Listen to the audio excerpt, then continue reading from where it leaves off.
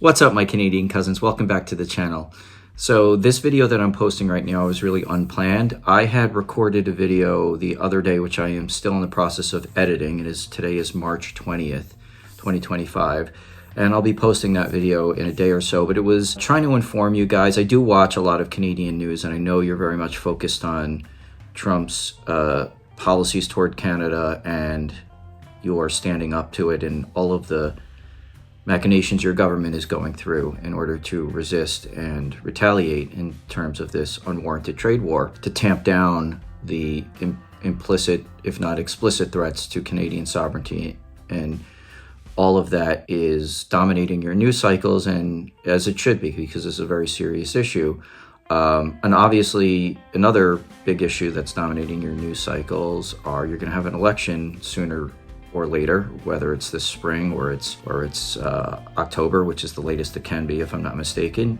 And it's likely, a conservative party led by Pierre Poilievre and a liberal party led by Mark Carney. And so, of course, with an election looming within the next few months to October, it's certainly a big issue for you guys to be covering, among many other things, including what Canada is doing to strengthen relationships with Europe and Australia and other countries, etc.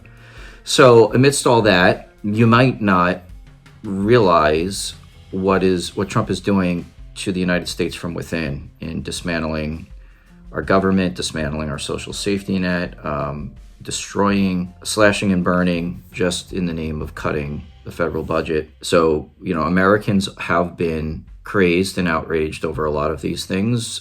A lot of people have been going to town hall meetings that politicians, particularly members of the U.S. House of Representatives, are holding to express their outrage, especially in red districts. They're expressing their outrage over a whole host of issues, and tariffs certainly are one of them. Well, I came across this one this morning, and I just wanted to post a quick video to show you, because I have had comments from people that have said, notwithstanding that I've posted a couple of videos sort of explaining from my perspective from within the United States how the majority of us are not happy about the way the United States is treating Canada, the way the Trump administration is treating Canada. I even hate to say the United States.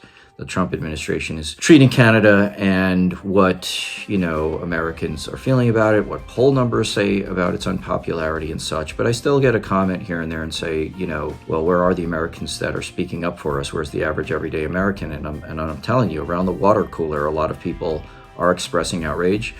People are going to these town hall meetings and doing other things to let their voices be heard, to express their First Amendment right to free speech and to criticize and petition our government. And we have that freedom for now. It's certainly under attack, and freedom of the press is under attack by the Trump administration. But I wanted to share this one with you. In a red district, Washington State's a blue state, but in any blue state, you're going to have some red districts. In any red states, you're going to have some blue districts. And that is true of Washington State. I guess Eastern Washington's a little bit more conservative with some red districts. And so this congressman held a town hall meeting, notwithstanding that Republican leadership has asked them not to be holding these meetings anymore because they're just turning into people showing up publicly and expressing their outrage over the GOP's support for anything that Trump wants to do. Okay, so without further ado, I'm going to show you this town hall meeting from Eastern Washington, I guess in the Spokane, Washington area. And it speaks for itself, my friends. I will see you on the flip side. If you are enjoying this content and you are so inclined, please consider hitting the like button and subscribing if you're not already. Okay, my friends, I'll see you after the video. From New Jersey. I've never been involved in politics before, but this is getting really scary. Okay, so the things that frighten me is the way this insane president talks about Canada as a 51st state. Yeah. Taking Panama by force and buying Greenland. Yeah. How does this person qualify as sane? Why is he not being impeached right now?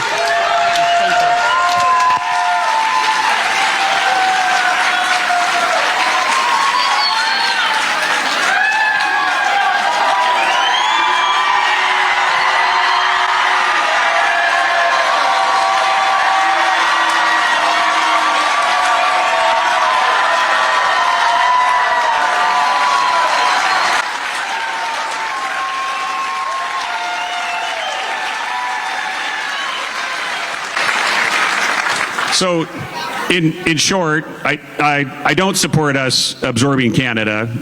Canada, that would be like taking. Canada's been a good neighbor. Canada is much more liberal and left wing than the United States. If we took Canada, taking Canada would be like taking another California. It would tilt things towards the Democrats. Yeah. If we took Canada, the Republicans would never have control again. So we don't want that to happen. Okay, I'm going to pause right there. Listen, the people, look at the people. Look at what they're doing. They're pissed off about this. It's ridiculous. And Washington's a border state. And so, yeah, I think people in the border states feel a little bit more strongly than may say someone all the way down south. But yeah, they're expressing how I feel. They're expressing how a lot of people feel. And they're expressing it to their congressman who, his response could not have been worse. He did, the first thing he said was something like, oh, Canada's great. They've always been good neighbors. Then he started to say what he really thinks, which is the reason that this would be bad and the reason he doesn't support it is because in his mind, Canada is liberal and would be like another California and would tip the balance of power towards the Democrats forever. He didn't say, I'm opposed to it because it's wrong. He didn't say, I'm opposed to it because it's imperialistic. He didn't say he's opposed to it because Canadian soldiers died in Afghanistan supporting the American mission there. He didn't say he opposed it because Canadians supported us during 9/11. He didn't say he opposed it because of what Canada did for the United States during the Iran hostage crisis. He didn't say, I oppose it because it's anti-democratic. He didn't say any of those things. He didn't say it's a slap in the face to our closest friend, ally, and supporter. He didn't say any of that. What he cared about was making another California in terms of the political landscape.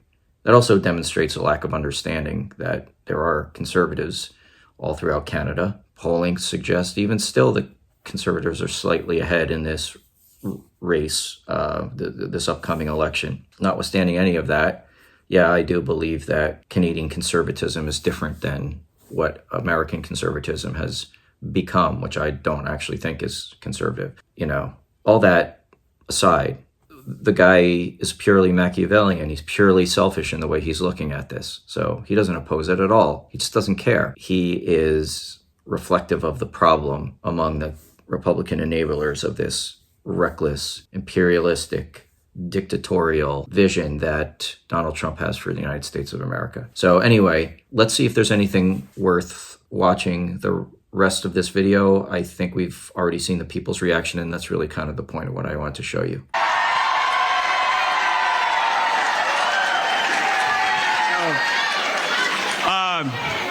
On the other two, if we could get Greenland peacefully, I'm all for it, and we should have never given up Panama.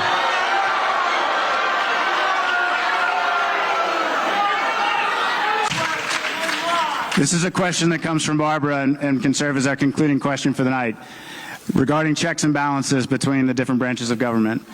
Given the trajectory of the administration, the continued agreement of the Republican Party, is there a line in the sand for you? That is to say, is there any point at which you might stand up and tell them no?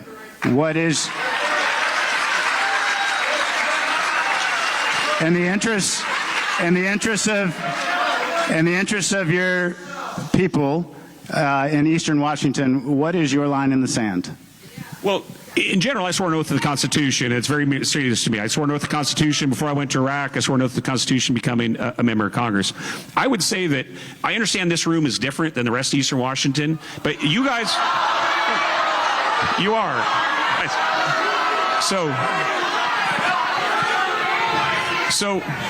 I think, and I'm not saying you're being, I'm not saying you're being disingenuous in your heart of hearts, but you have a perception that America is spiraling to some kind of a constitutional crisis. Yeah.